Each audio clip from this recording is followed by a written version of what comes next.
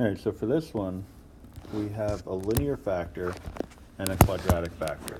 So I'm going to rewrite, just like we did the last couple of problems, without the integral, because we want to think pre-calc here, not calc, or at least not yet.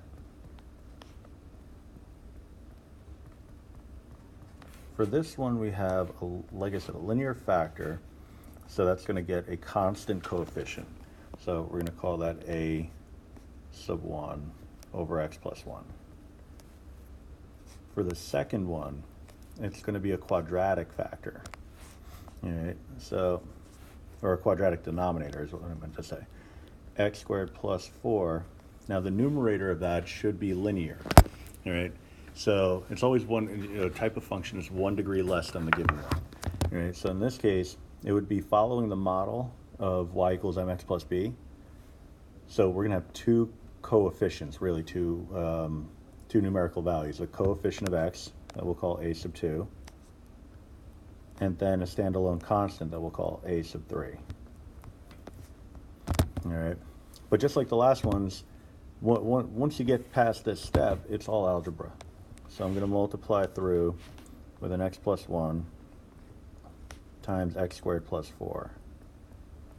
All right, clears out all denominators. So we're looking at 7x squared plus 5x plus 23 is equal to a sub 1 times x squared plus 4 plus, this part is going to be a little beefy, we're going to have an x plus 1 times a sub 2x plus a sub 3. All right, little distributive property. A sub 1 x squared plus 4a sub 1 plus, now we got to distribute, double distribute or FOIL, a sub 2 x squared plus a sub 3x plus a sub 2x plus a sub 3. All right, so we're going to organize appropriately. Here I have two terms that involve an x squared. So I'm just going to cut to the chase on this one.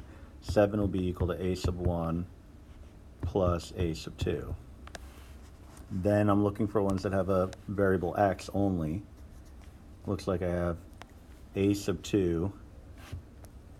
I'll write it in ascending order in terms of the coefficient. I'm sorry, the subscript. A sub 2 plus a sub 3 is equal to 5. And then the last one, I'm going to go blue for those keeping score at home.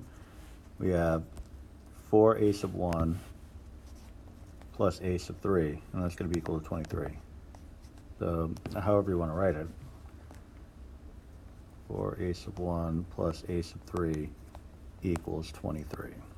All right, so we have a system of equations, a variable system, I suppose they all have to be that, a system containing 3 variables.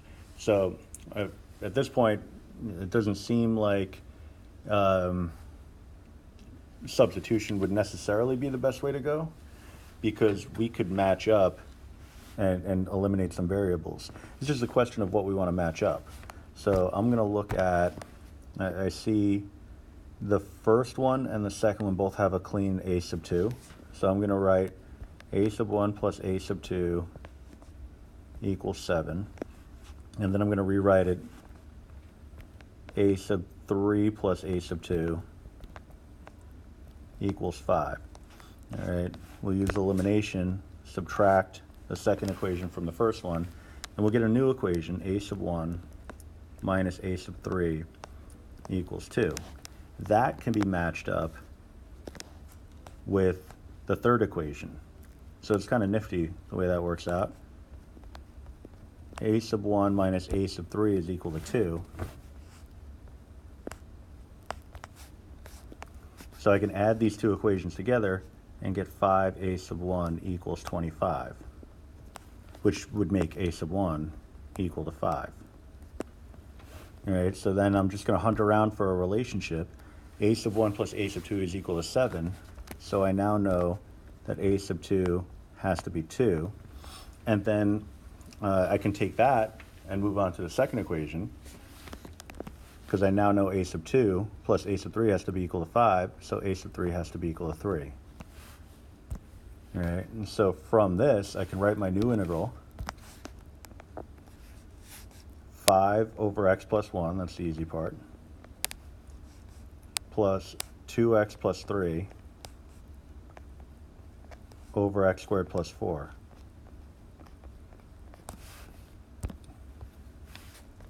dx. All right, so the first part, like I said, is not a problem. That's just our natural log. In fact, I can just jump right to that. We're looking at 5 ln x plus 1, and that's going to be added to the integral of 2x plus 3 over x squared plus 4. So at this point, you have to make a decision, or at least start to diagnose, because we're looking at an integral whose denominator is quadratic and the numerator is linear. But the question would be, is the numerator the derivative or a constant multiple of the derivative of the denominator? If I took the derivative of x squared plus 4, I would just get a 2x. That's part of it. All right, so that's good news, I suppose. It's not the best news, but it's something. We have 5 ln x plus 1 plus, I can take the 2x over x squared plus 4 and separate that off from the 3 over x squared plus 4. All right, so now I just got,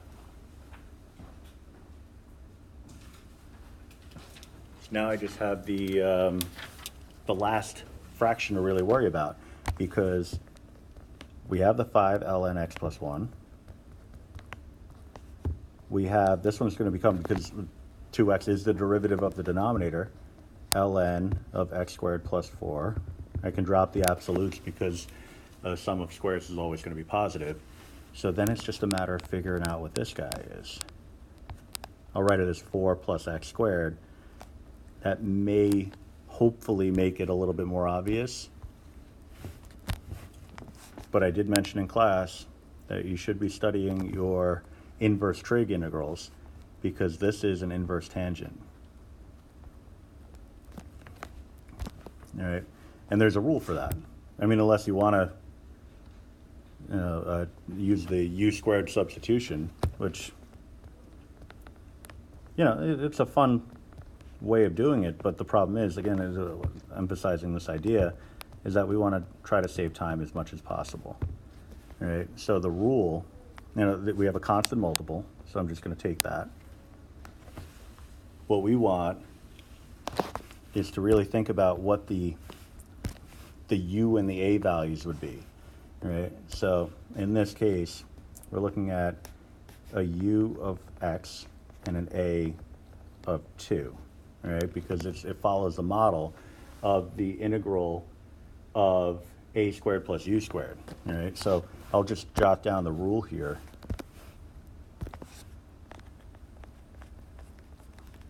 The integral of u prime over a squared plus u squared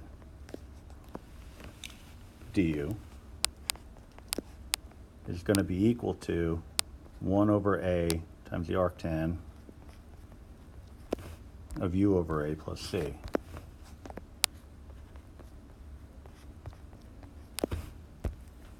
You can get it without knowing that piece of information, but geez, it's pretty nice to know it and not have to worry about this, because once I've identified my u and a, I'm in good shape, because this would be 1 over 2 arctan of x over 2, all plus c. All right, and you could double check with the derivative. And it's pretty clean when you do that. All right, so you would get, well, I suppose I can just do it rather than talking about it. So if I had, check the derivative with respect to x is really 3 over 2 arctan x over 2. Be looking at and just hang on to the 3 over 2 times the derivative of my u, the thing on the inside, would be 1/2. On the bottom, it would be 1 plus x over 2 squared. All right, so then, you know, it's a little trickier to see, but, and sometimes it does beg the question of whether it's really truly worth it to do the check, because sometimes it takes a little bit more time than you're willing to budget for a problem like this. But just continuing on, these two can get multiplied and give me 3/4 times 1 over 1 plus x squared over 4, multiply through, and you're looking at 3 over 4 plus x squared, which happens to be the integral that we started with. So we're comfortable at this point that we appropriately found the antiderivative. And so the one last thing, it's really nothing, it's just a matter of, you know, making it as clean as it could be. We'd be looking at 5 ln x plus 1 plus ln x squared plus 4 plus 3/2 arctan x over 2 all plus c. And that would be my antiderivative. And, oh, look at this. Oof. That's a lot. There's a lot of stuff there. But again, just to recap, this is our pre-calc. All we were doing was writing the expansion based off of the table on the previous page, clearing out our denominators and solving for a1, a2, and a3. Then we rewrite our integral in terms of those new fractions.